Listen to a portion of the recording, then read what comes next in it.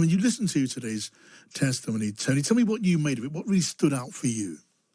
I watched the video, as you just referred to, and that was very moving and full of testimony from very traumatized people, from staff, from patients, and from relatives.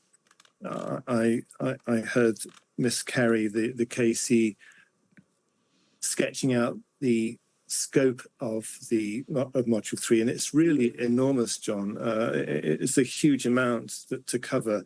It's the impact on the health service and those that needed the health service, for primary care, for secondary and tertiary care, the experience of people who were unable to access their general health needs because of the impact of COVID on the health service, and all sorts of other things like the lack of PPE, the emergency services. So it's a really demanding module.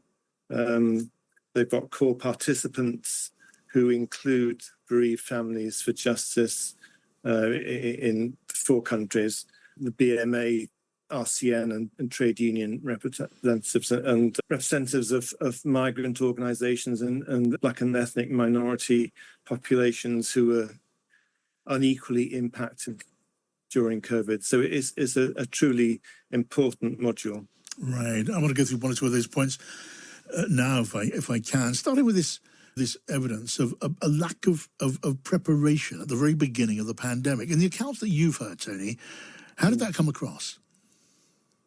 Well, you know, the new government has commissioned Lord Darcy to do a sort of quick and dirty report on the NHS. And what was coming out in the news over the weekend is that he is likely to say that the NHS had been run down to the point in the 14 years prior to the pandemic. Sorry, not the 14 years, the 10 years before 2020, that the NHS was in such a state that it could not run business as usual. So cancer and other urgent conditions were really put on hold. Not 100%, I know that, but they were put on hold because they could not cope with COVID as an emergency as well as business as usual. And that's where the government really let down the NHS and the population and came at that point necessarily to say, stay at home, protect the NHS to save lives. But it's inordinately crazy to be saying protect the NHS when the NHS was there to protect the population. Right. And the enormity of the scale of the failure of government is that 2,000 health and care workers lost their lives working in the face of COVID without protective equipment, or if they had protective equipment, the rules changed because they didn't have appropriate equipment for example, the spread of COVID by aerosol. And that was true for frontline health staff, but importantly for security staff, for porters, for cleaning and domestic staff, for social care staff. And they put their lives at danger.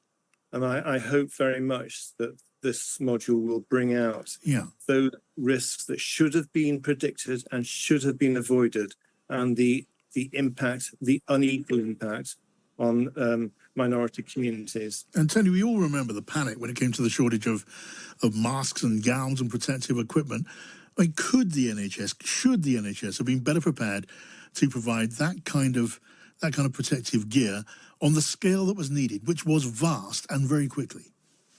Yeah, well, it absolutely should have been predicted. And indeed, government modelling of pandemics in the years before 2020 had predicted not only a flu pandemic, the consequences of it, but also the equivalent of coronavirus pandemics. And those recommendations were ignored. The impact on the lack of intensive care equipment, the need for a solid supply of PPE in the right quantities, and the procurement process to be able to deliver it across the country, and the risks to people in residential care and those on the front line. Those things are actually written down in the pandemic preparedness reports, and they were set aside by the government and the Department of Health and not acted on.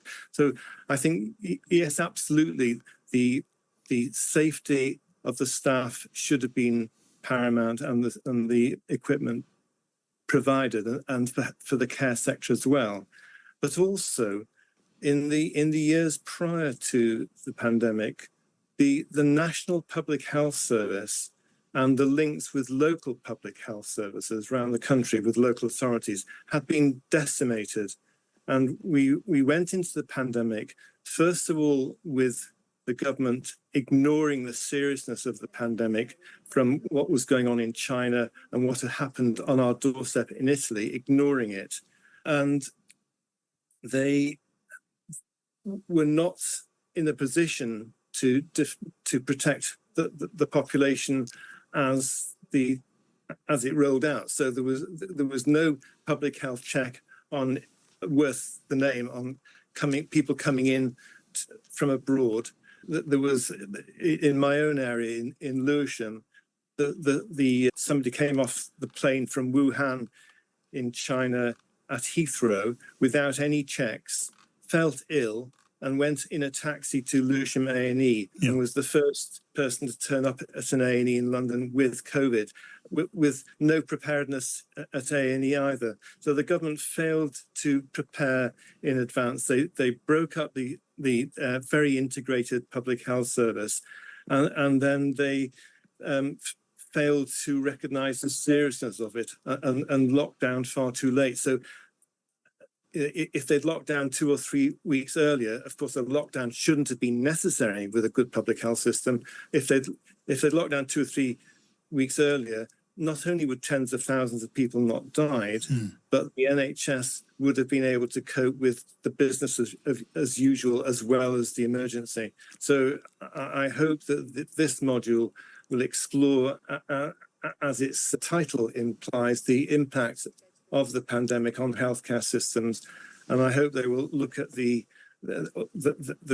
serious lessons, the serious failures.